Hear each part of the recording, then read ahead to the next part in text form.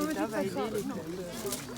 C'était important de venir écouter les clubs professionnels ici dans le territoire de Pau pour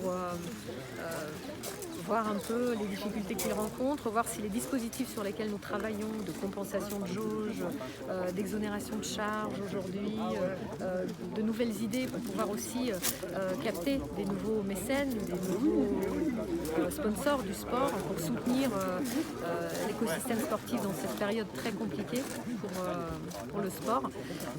Eh bien, pour voir si tous ces dispositifs sur lesquels on travaille, eh bien, ils sont efficaces, ils sont en adéquation avec les attentes des acteurs. Et voilà, c'est ce que nous avons discuté tout à l'heure. D'accord.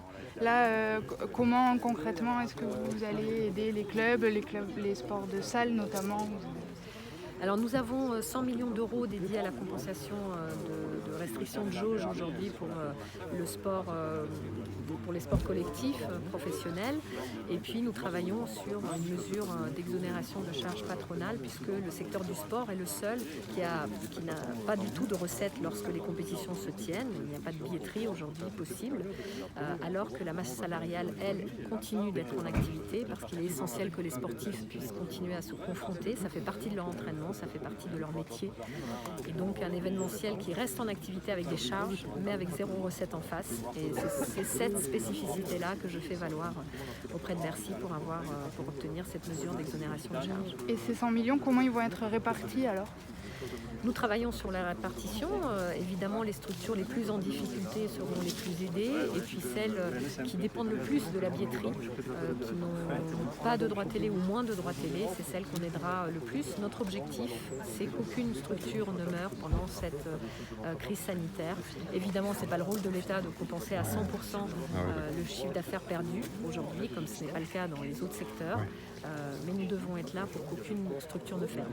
Tous les sports confondus, sport de salle, sport de Tous club. les sports dépendant de la billetterie seront accompagnés. Merci beaucoup. Des choses. Les fédérations et surtout les ligues professionnelles sont en contact avec le ministère. On a un accueil là-dessus.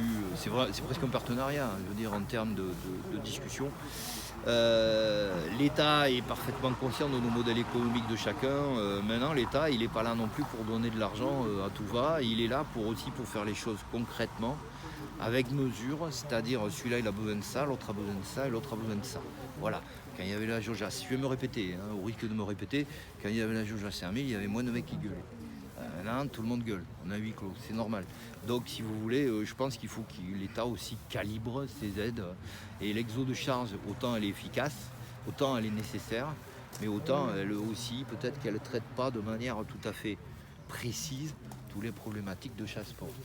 D'accord. Vous avez eu le temps de lui présenter vos doléances malgré tout? Est-ce que quelques idées concrètes ont été balancées sur le papier? Doléances, je ne sais pas si c'est le terme, mais disons exposer nos problèmes et les risques que ça disparaisse. En plus, moi, l'État, je le sais, il nous l'a dit. Oui. Il ne veut pas que le sport disparaisse. Le sport, ça fait partie de notre vie, c'est notre lien social, c'est aussi transport de valeur, en plus dans des moments où tout est compliqué. C'est d'autant plus important. Ok. Voilà. Bon,